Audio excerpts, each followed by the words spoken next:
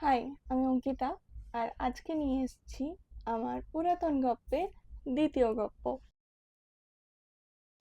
আগের গল্পে যেমন ছিল আলমারির কথা, কিন্তু এবারের যে গল্পটা বলবো সেটার সাথে কিন্তু অনেকজন রিলেট করতে পারবে। কারণ এইটার জন্য আমরা মোটামুটি সারা বছর ধরে ওয়েট করে থাকতাম যে কখন এই দিনটা আসবে, এবং তার মোটামুটি এক সপ্তাহ আগে থেকে আমাদের তোড়জোড়ও চলতো। ও, সেইটা নিয়েই আজকের গল্প।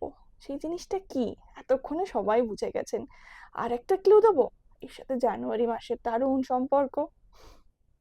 এবার আশা করি সবার কাছে ক্লিয়ার। হ্যাঁ, আমি বলছি 1 জানুয়ারি গ্রিটিংস কার্ড নিয়ে, যেটা এখনকার দিনে প্রায় অবলুপ্ত, প্রায় না অবলুপ্তই বলা যায়। কেউই আর গ্রিটিংস কার্ড এখন দেয় না, কোনো অকেশনেই দেয় না।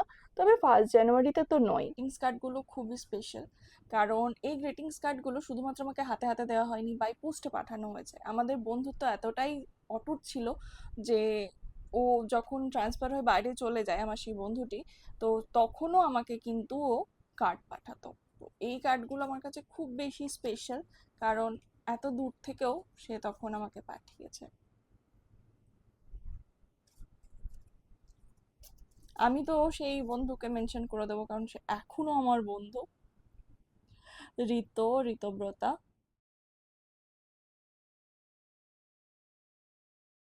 অনেক রকমের কার্ড আছে এখানে। এটা আমার একটা দিদি আমাকে দিয়েছিল, সে আমার রিলেশনে আমার দিদি হয়।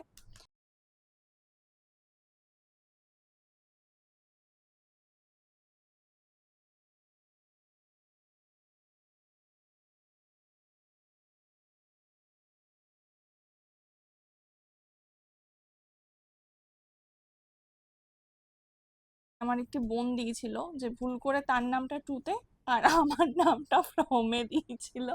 এটা নিয়ে আমরা খুব হাসাহাসি করেছিলাম, আমার খুব মনে আছে। ও তখন এত ছোট, ও বুঝতে পারেনি। এটা ওই অনুষ্কা বলে আমার যে বন্ধুটি, সেই দিয়ে। হচ্ছে ঋতোর ভাই আমাকে প্রত্যেক বছর একটা করে কার্ড দিত, তো সেই কার্ডগুলো আমার কাছে আছে। ও প্রায় যে প্রত্যেক বছরই আমাকে দিত। ও দিদির সাথে ও আমাকে কার্ড পাঠাতো। আর এটা আমি নিজেকে দিয়েছিলাম একবার। তোমাদেরও যদি এরকম কালেকশন থাকে তাহলে অবশ্যই কিন্তু কমেন্ট করতে ভুলো না।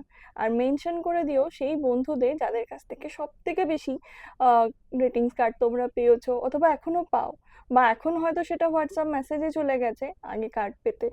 তাদেরকেও কিন্তু মেনশন করতে একদম ভুলো না। এরকমই আরো গল্প নিয়ে দেখা হচ্ছে খুব তাড়াতাড়ি। আর এই গল্পগুলো কেমন লাগছে তোমাদের অবশ্যই জানিও। বাই।